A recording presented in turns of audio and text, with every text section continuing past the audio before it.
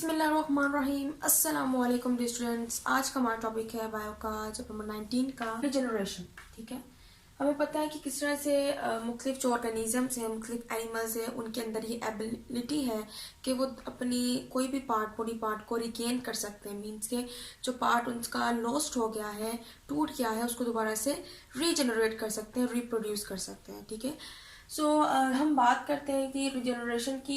ये क्या है रिजनरेशन की? अगर हम डेफिनेशन की बात करें तो ये एबिलिटी है किसी भी ऑर्गेनिज्म की to regain its lost part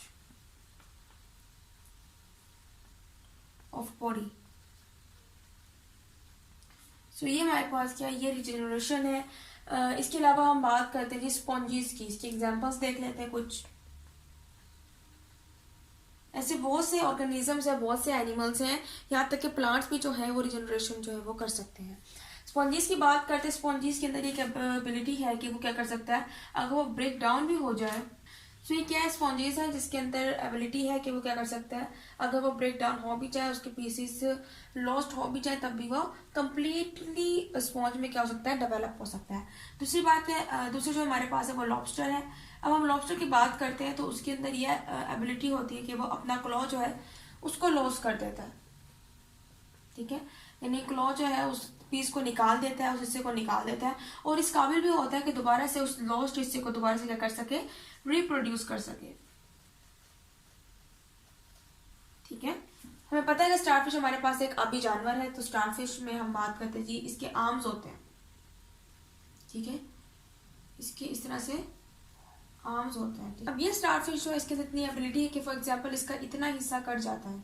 ठीक है, और ये इसका बस ये पार्ट रह जाता है। वो इस काबिल होता है कि वो दोबारा से अपना जो नया पार्ट है वो रीजनरेट कर सके। ठीक है, यानी कि हम कह सकते हैं कि दोबारा से जो सेल होते हैं वो प्रोड्यूस होते हैं, और वही सेल की वजह से जो पार्ट लॉस्ट हुआ होता है किसी भी एनिमल का, वो क्या हो सकता है, दोबारा से बन सकता है। यहाँ तक कि अगर इसका सिर्फ एक भी आर्म रह जाए, मीन्स कि इसका सिर्फ ये हिस्सा जो है बाकी रह जाए, बाकी सारा जो है ये कट जाए, तब भी इसके अंदर इतनी एबिलिटी है कि दोबारा से अपना जो बाकी पार्ट है वो क्या कर सके, उसके जो 4 आर्म्स हैं वो दोबारा से रीजनरेट कर सकता है। इसके अलावा हमारे पास अर्थवर्म है। अर्थवर्म में एबिलिटी है कि वो अपना हेड जो है उसको लॉस कर सकता है, अपने हेड को जो है वो ब्रेक डाउन कर सकता है, और जब उसका हेड अगर टूट भी जाए किसी और की वजह से, या फिर वो खुद भी तोड़ सकता है, उस केस में भी ये क्या कर सकता है, इसके अंदर भी ये है कि ये दोबारा से अपना वो पार्ट जो है रिप्रोड्यूस कर सकता है। ये हमारे पास प्लेनेरिया है। अब इसको अगर आप किसी भी साइड से काटे ना, फॉर एग्जाम्पल आपने इतना काट दिया है, इतना सारा हिस्सा जो है आपने क्या कर दिया, काट दिया, और ये रह गया, तो दोबारा से डेवलप हो जाएगा और पूरा प्लेनेरिया बन जाएगा। इधर अगर आप यहाँ से काट दें और सिर्फ यहाँ से काटे, सारा हिस्सा ये रह जाए, तब भी इसके अंदर ये एबिलिटी है कि दोबारा से इसके अंदर सेल डिवीजन होगी, और सेल डिवीजन की वजह से फिर इसके अंदर दोबारा उसका जो दोबारा जो स्ट्रक्चर है वो क्या हो जाएगा, डेवलप हो जाएगा। ठीक है, नंबर 6 पे हमारे पास सेलेमेंडर है। अब सेलेमेंडर के अंदर ये सलाहियत है, ये एबिलिटी है कि अपने जो उसके लिम्ब है वो उसको क्या कर सकती है, लॉस कर सकती है। यानी अगर ये टूट जाए, ब्रेक डाउन हो जाए, उस केस में अपने लिम्स को प्रोड्यूस कर सकती है। तो लिजर्ड जो है, जो कि सेलेमेंडर से काफी हद तक सिमिलरिटी शो करती है।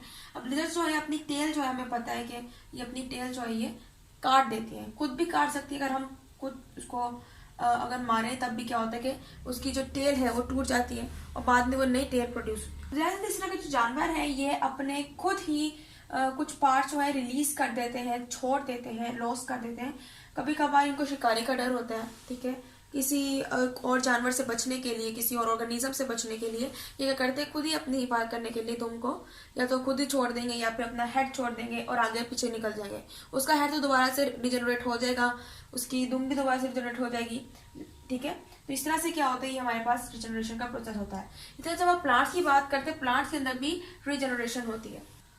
प्लांट के रिजनरेशन में हमारे पास क्या हो सकता है कि हम प्लांट का कोई भी हिस्सा ले लें, फॉर एग्जाम्पल स्टेम ले सकते हैं, रूट्स ले सकते हैं, लीव्स ले सकते हैं, इवन के हम कोई टिश्यू भी ले सकते हैं, स्मॉल टिश्यू भी ले सकते हैं प्लांट का।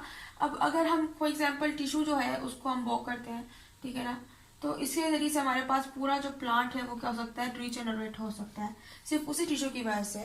और प्लांट जो है सिर्फ वही प्लांट है वो प्रोड्यूस होगा। बस क्या होगा कि टिश्यूज की वजह से पहले सेल जो है वो डिवाइड होंगे, सेल के डिवीजन के बाद टिश्यू डिवाइड होना शुरू होंगे, फिर सेल डिफ्रेंशिएशन होगी, सेल स्पेशलाइज्ड हो जाएंगे, और फिर एज अ रिजल्ट ऑर्गन्स बनेंगे, स्टेम, रूट्स, लीव्स, और फिर पूरा प्लांट जो है वो क्या हो जाएगा, रीजनरेट हो जाएगा। इस तरह स्टेम के केस में स्टेम अगर आप डालते हैं मिट्टी में, उसको मुकम्मल खुराक देते हैं, मुकम्मल चीजें देते हैं, इन्वायरमेंट देते हैं, तो वो भी पूरी प्लांट बॉडी में रिकवर हो जाएगा, बन जाएगा। रूट्स भी इसी तरह, लीव्स भी, इवन के लीव्स भी जो है वो क्या कर सकती हैं, आपका एक पूरा प्लांट जो है वो प्रोड्यूस कर सकती है। अब हम देख लेते हैं कि किस तरह से ये मैकेनिज्म होता है, किस तरह से ये रीजनरेशन का प्रोसेस होता है, किस तरह से सेल डिवाइड होते हैं, और किस तरह से जो ऑर्गन्स हैं उनमें डेवलप होते हैं, और फिर पूरा जो प्लांट बॉडी है या फिर जो एनिमल बॉडी है वो प्रोड्यूस हो जाती है। अब हम बात करते हैं मैकेनिज्म की। मैकेनिज्म के अंदर हम कहते हैं कि कोई भी ऑर्गेनिज्म है, उसने अपना कोई भी बॉडी पार्ट खो दिया है, तो उस केस में वो रिजनरेशन किस तरह से करेगा। तो सबसे पहले जो भी पार्ट मिस हुआ है, जो भी पार्ट लॉस्ट हो गया है, उस पार्ट के अंदर हमारे पास सबसे पहले तो क्या होती है, उस पार्ट को बनाने के लिए दोबारा से एम्ब्रियोलॉजिकल डेवलपमेंट स्टार्ट हो जाती है, कह सकते हैं। यानी कि जब वो चाइल्ड था, छोटा था, तो तब क्या हुआ था, वो एम्ब्रियो था, और एम्ब्रियो के बाद उसके अंदर एम्ब्रियोलॉजिकल डेवलपमेंट स्टार्ट हुई थी, और फिर वो पार्ट उसका डेवलप हुआ था। अब वही पार्ट कट गया, अब दोबारा से उस पार्ट को रिजनरेट करने के लिए दोबारा से ही वही एम्ब्रियोलॉजिकल जो डेवलपमेंट है वो स्टार्ट हो जाएगी। फिर एम्ब्रियोलॉजिकल डेवलपमेंट में हम कह सकते हैं कि क्या होगी, रिटेंशन ऑफ अनडिफरेंशिएटेड सेल,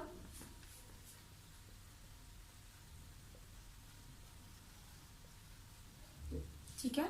इसके अलावा हम कह सकते हैं कि फिर डिफ्रेंसिएशन जो है वो स्टार्ट हो जाएगी, डिफ्रेंसिएशन ऑफ सेल्स।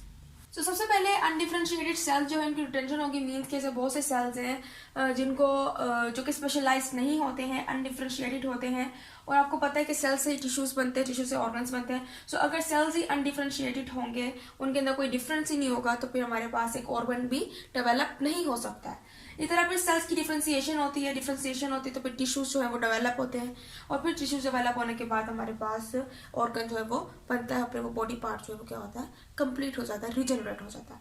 इसके अलावा हम कहते हैं कि ऐसे बहुत से बॉडी पार्ट्स की बात करते हैं। प्लेनेरिया की अगर हम बात करें, प्लेनेरिया एंड फ्लैटवर्म्स की, जिस तरह प्लेनेरिया में बात करते हैं, प्लेनेरिया जो है वो अपना बॉडी पार्ट जो है उसको कम्प्लीटली खो देता है। फॉर एग्जाम्पल मैं कहती हूँ इतना जो इसने बॉडी पार्ट जो है वो खो दिया, ठीक है, ये इसका बॉडी पार्ट जो है वो लॉस्ट हो गया। अब क्या होगा, अब इसके दो पार्ट्स हो गए, ठीक है ना, 2 में डिवाइड हो गया। अब यहाँ पर जो बाकी हिस्सा है ये भी डेवलप हो जाएगा, और ये जो इसका हिस्सा है ना ये भी डेवलप हो जाएगा, ठीक है। यानी कि अब हमारे पास 2 प्लेनेरिया बनेंगे। अब क्या हो रहा है, पूरा पूरा जो पार्ट है वो मिसिंग हो रहा है। हम कहते हैं जो सेल्स इस पार्ट में मौजूद थे वो मौजूद नहीं होते हैं, ठीक है। अब इनके लिए क्या होते हैं, इन सेल्स के लिए, इन सेल की प्रोडक्शन के लिए हमारे पास एक सेल होता है जी, अनस्पेशलाइज्ड सेल्स, जिन्हें हम कहते हैं न्यूब्लास्ट। अब ये कैसे सेल्स हैं, ये अनस्पेशलाइज सेल्स हैं जो हर अडल्ट में मौजूद होते हैं, और ये कब डेवलप होते हैं, कब आते हैं, ये तब आते हैं जब फॉर एग्जाम्पल कोई भी बॉडी जो है, बॉडी पार्ट जो है वो टूट जाए या फिर इंजर्ड हो जाए, ठीक है। तो फिर ये क्या अनस्पेशलाइज सेल्स क्या होते हैं, ये फिर इनकी मदद के लिए आते हैं, सेल डिफ्रेंशिएशन के लिए आते हैं, और फिर इससे इनको सेल डिफ्रेंशिएशन में मदद मिलती है, और फिर जाके टिश्यूज और ऑर्गन्स जो है वो डेवलप होते हैं ड्यू टू दिस न्यूब्लास्ट, ठीक है। ये हमारे पास क्या है, ये हर अडल्ट में प्रेजेंट होते हैं, प्रेजेंट इन एवरी अडल्ट। और जब एम्पुटेशन हो रही होती है, रिजनरेशन होती है, तब आके क्या करते हैं, ये आके उधर जगह पर अटैक कर देते हैं,